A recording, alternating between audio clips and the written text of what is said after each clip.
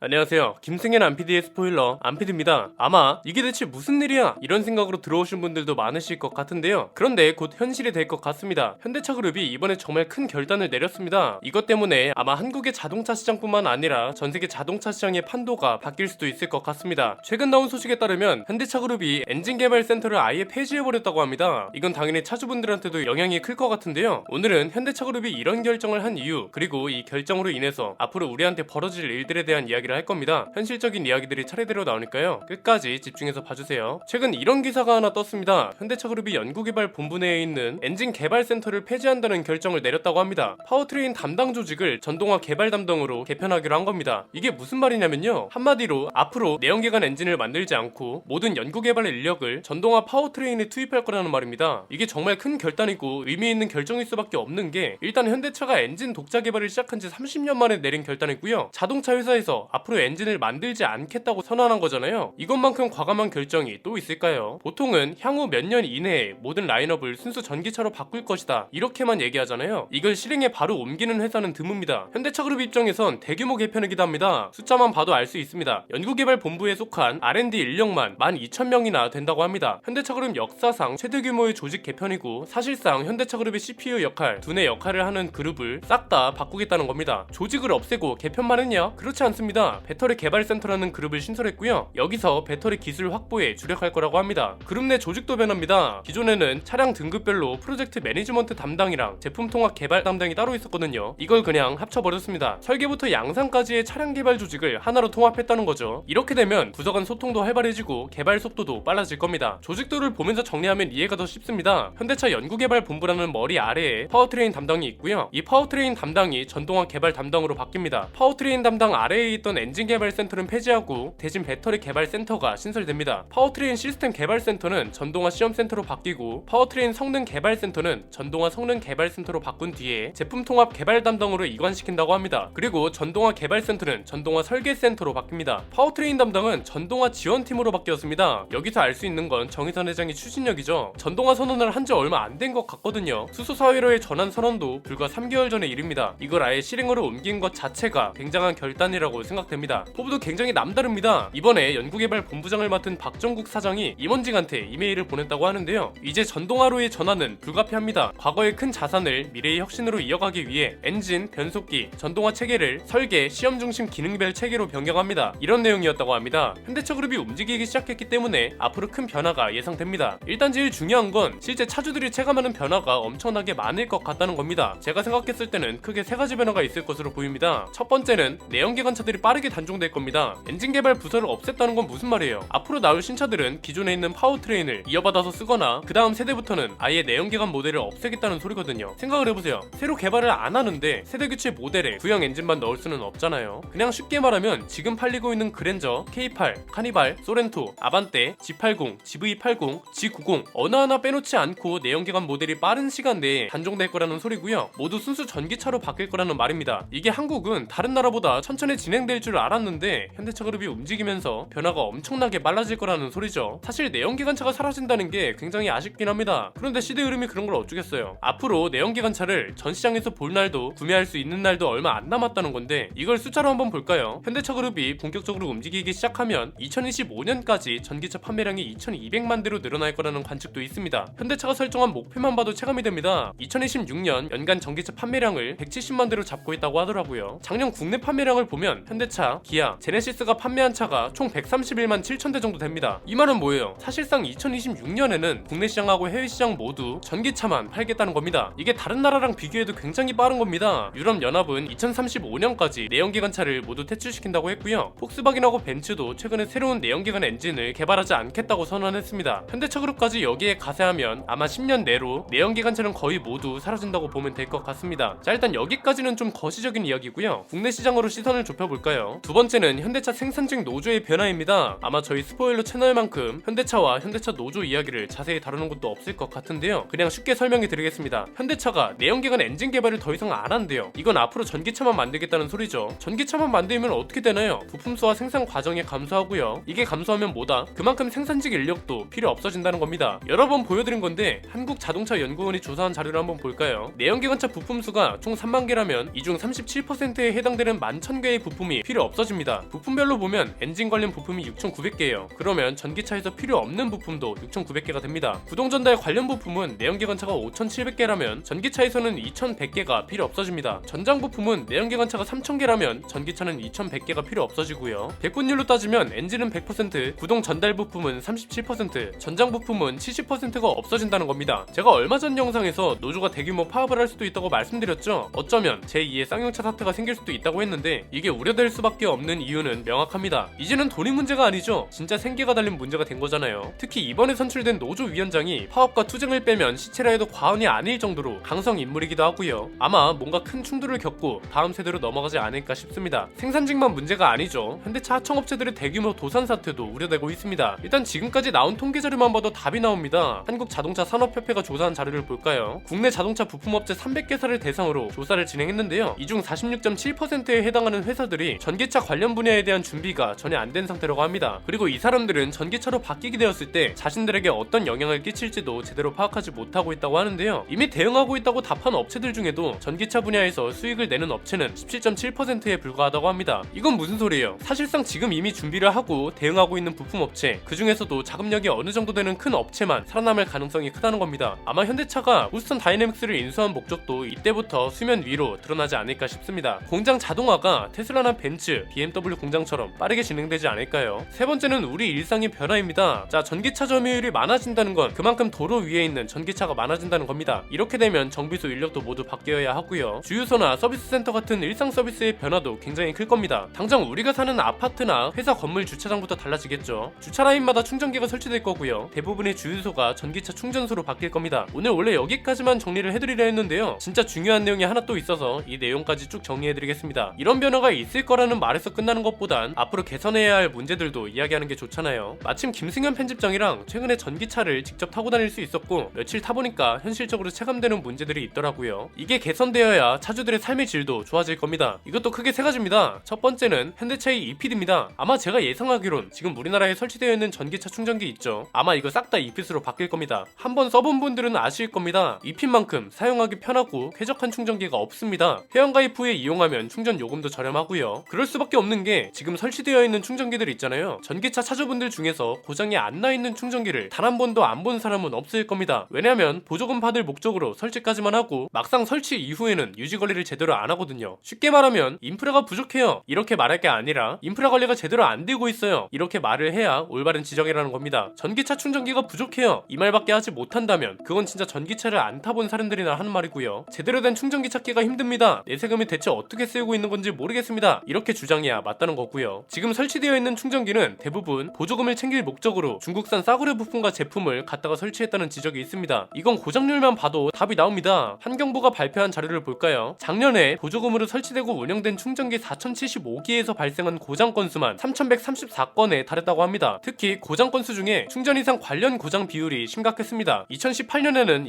294건, 2019년에는 799건, 작년에는 1721건이나 됐다고 합니다. 백분율로 보면 2018년에는 27%, 2019년에는 42%, 작년에는 55%나 됐다는 거죠. 충전기 1만 대 중 5,500대가 고장난다는 건데 이렇게 되면 대체 전기차 충전기를 설치하는 목적이 뭐가 되는 건가요? 벌써 고장 비율이 이렇게 심각하다는 건 지금 새로 설치되고 있는 충전기도 무조건 고장난다는 소리입니다. 충전기 개수에 목숨 걸 때가 아니라는 거죠. 이런 상황이다 보니까 현대차의 EPC 잘 될 수밖에 없습니다. 앞으로 EP 충전기 개수가 어마어마하게 늘어날 거고요. EP 브랜드로 운영되는 개별 충전기도 많아질 겁니다. 충전기 인프라도 현대차 그룹이 독점할 수밖에 없다는 건데 어차피 사용하기도 편하고 쾌적하게 관리가 되고 있기 때문에 딱히 독점을 반대하고 싶은 마음도 없습니다. 지금 전기차 충전기들은 한번 고장나면 수리하는 데에만 한 달이 걸린다고 하잖아요. 현대차가 전기차 출시를 본격화한다고 한 만큼 충전기 설치 속도도 조금만 더 올려줬으면 합니다. 그리고 이에 따른 관리 인력도 충분히 배치를 해두면 과도기라서 생기는 불편이라는 걸 최소화할 수 있을 것 같습니다. 두 번째는 전기차 신차가 나온다고 해도 어쨌거나 내연기관차를 계속 타는 사람들도 있을 거잖아요. 이 사람들을 위해서 앞으로 내연기관차에 대한 서비스라던가 부품 수급 같은 걸 어떻게 할지도 알려줬으면 좋겠습니다. 아마 지금 이걸 불안해하는 사람들이 꽤 많을 겁니다. 현대차도 관련 내용을 조만간 발표하지 않을까 싶은데요. 차주들이 이해하기 쉽게 내연기관차 관련 부품을 언제까지 보장해줄 수 있는지, 서비스는 언제까지 받을 수 있는지, 서비스 센터를 유지할 거라면 내연기관차와 전기차의 비중을 어떻게 둘 건지, 이렇게 되면 기존 내연기관차 차주들이 체감하는 변화는 어느 정도인지, 그리고 어떤 걸 준비하면 좋은지 이런 안내가 잘 됐으면 좋겠습니다. 시대가 바뀌는 것이기 때문에 어쩔 수 없는 변화라고는 하지만 어쨌든 내연기관차 차주들도 현대차 고객들이잖아요. 이 사람들의 불편도 최소화하면서 가는 게 더 좋지 않을까요? 그리고 어차피 새로운 내연기관 부품들이 개발되는 게 아니라면 기존 부품들만 계속 공급을 해주면 된다는 거니까 이것도 일정 수준 유지를 해주면 좋을 것 같습니다. 이렇게 되면 기존 차주들도 불편함이 없고요. 내연기관차 부품을 만드는 하청업체들의 피해도 조금이나마 줄일 수 있잖아요. 이런 것까지 보살피면서 가면 아마 전동화 시대로 가는 길이 굉장히 매끄러울 것으로 보입니다. 기존 차주들도 충분히 준비할 수 있는 시간을 주는 게 맞잖아요. 차를 사치품으로 사는 사람도 있지만 생계 수단으로 가지고 있는 사람들이 훨씬 많다는 걸 알아줬으면 합니다. 이건 현대차도 충분히 인지하고 있을 거라고 생각됩니다. 제가 자동차 채널을 운영하면서 이렇게 큰 변화 이야기를 이렇게나 빨리 하게 될 줄은 몰랐습니다. 그래서 저랑 김승현 편집장도 새로운 자동차 시대를 위해 열심히 공부하고 있습니다. 저희는 자동차 시장의 변화에도 지금처럼 유익한 이야기를 계속 들려드릴 거니까요. 계속 관심 가져주시면 감사드리겠습니다. 오늘 내용은 여기까지입니다. 앞으로 이런 사회적 변화 이야기 그리고 자동차 기업 동향 이야기도 가장 유익하게 스포일러 해드릴 예정이니까요. 구독과 좋아요 알림 설정을 통해 가장 빠르게 받아보셨으면 좋겠습니다. 안피디의 자동차 백과 현대차 그룹의 엔진 개발 종료 편이었습니다. 감사합니다.